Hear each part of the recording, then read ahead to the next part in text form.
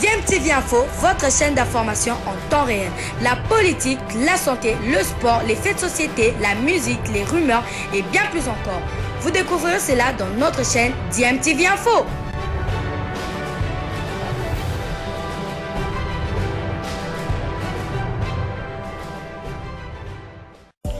Vous êtes sur DMTV, bonjour ou bonsoir, tout dépend de l'heure à laquelle vous nous suivez. Tout plaisir est pour nous de vous retrouver, mais surtout de savoir que vous êtes nombreux en train de suivre votre chaîne YouTube DMTV. DMTV qui vous propose l'actualité, vous propose également des analyses et des réflexions sur des sujets d'actualité, sur des faits sociaux, tout simplement sur des réalités que nous observons ici chez nous en République démocratique du Congo. À Lubumbashi, nous allons nous rendre pour découvrir un joueur. C'est l'une des recrues du tout-puissant Mazembe cette saison. Alex Ngonga, l'un des 3 buteurs du club noir et blanc de Lubumbashi, le dimanche dernier en Coupe de la Confédération de la CAF face à la formation de Real de Bamako. Qui est Alex Ngonga? C'est le premier élément offensif à signer au sein de Mazembe en 2023. L'attaquant zambien ancien de Nkana FC avait paraphé le 14 janvier dernier un contrat de 2 saisons et avec, bien sûr, des objectifs. L'appel du TP Mazembe, ça ne se refuse pas. J'ai toujours rêvé de jouer pour le TP Mazembe.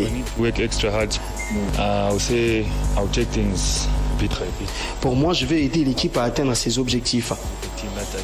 Je vais énormément travailler, c'est pour ça que je suis ici. Et j'espère prendre beaucoup de plaisir dans cette équipe où je connais plusieurs joueurs qui m'ont bien accueilli.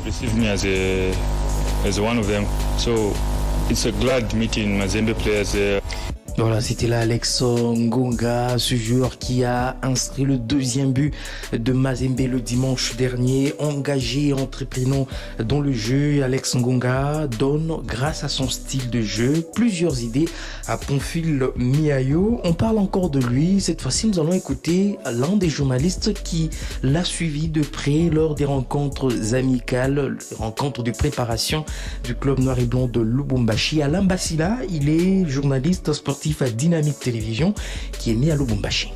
C'est son 7e but en 9 matchs si on doit compter les matchs amicaux disputés par les Corbeaux entre décembre et janvier. Le public les pousse même quand il fait moins les choses. Donc c'est un traitement rare, voire privilégié pour un avant-centre tout différent des autres attaquants passés par les TP Mazembe, Jean Hortos Baleke, Ben Malango et même Jefte Kitambala qui est souvent hué, pas accepté par les publics des Kamalondo. Alex Bazo, il essaie de s'adapter à tout système de jeu. Un attaquant assez véloce, il est rapide, on l'a vu en seconde période face au Real de Bamako lorsqu'il est resté tout seul comme avant-centre du TP Mazembe.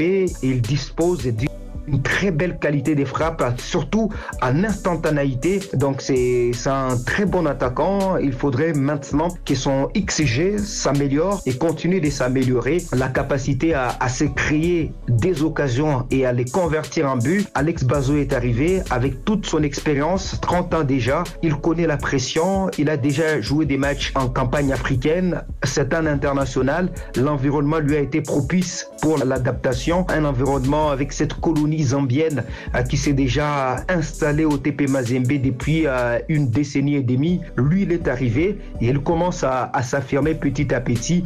On espère maintenant qu'il va continuer sur cette dynamique pour prouver encore davantage tous les meilleurs que l'on pense de lui. Alain Bassila Bin Ibrahim, notre confrère de Dynamique Télévision qui est né à Lubumbashi.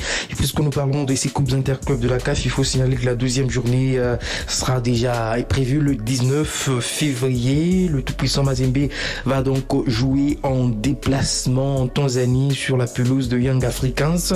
Pendant ce temps, le Daring Club Motema Pembe va jouer son 2e match en Angola. L'Angola qui a été choisi par Desampé pour jouer les rencontres à domicile. Ça sera face à Diable Noir du Congo Brazzaville et le FC Saint-Éloi-le-Popo qui a donc choisi le stade Lévi Mwanawasa de Ndola va accueillir la formation de Marumo Galante de l'Afrique du Sud. Pendant ce temps, il y aura la première journée du côté de l'AS Vec Club en Ligue de Champions puisque comme vous le savez, Vec Club n'a pas joué le week-end dernier parce que le Wydad Athletic Club du Maroc disputait la Coupe du Monde des clubs. Des Vec va faire sa première sortie ce samedi à 17h face à Petro Atlético d'Angola. Ça sera au Congo Brazzaville.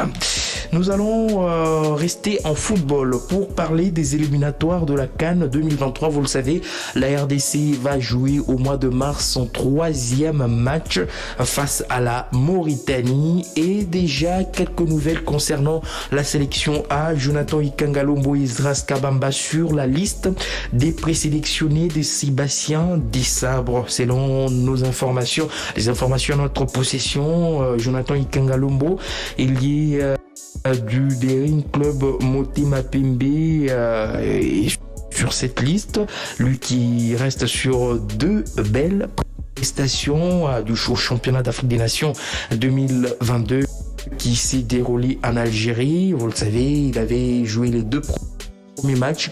Il était d'ailleurs plébiscité homme du match. Et de son côté, le jeune gardien Esdras Kabamba, que vous connaissez, ancien de l'Académie Club Rangers, a passé quelques temps du Daring Club Motema Pembe, bien qu'il n'avait pas joué des matchs officiel. Esdras Kabamba également sur la liste, récompensé après des belles prestations avec les Léopards contre la RDC lors des éliminatoires de la CAN de la spécialité prévue cette année. Mars pour les prochains matchs contre la Mauritanie.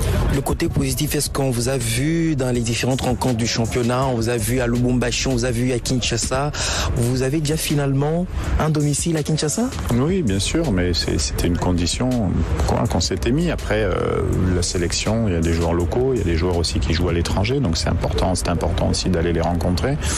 Mais moi, ça fait partie du poste, tout simplement, de connaître le championnat, de connaître l'atmosphère de Kinshasa, et puis c'est tout à fait logique. Voilà, donc ça fait partie de la première étape d'un travail de sélectionneur.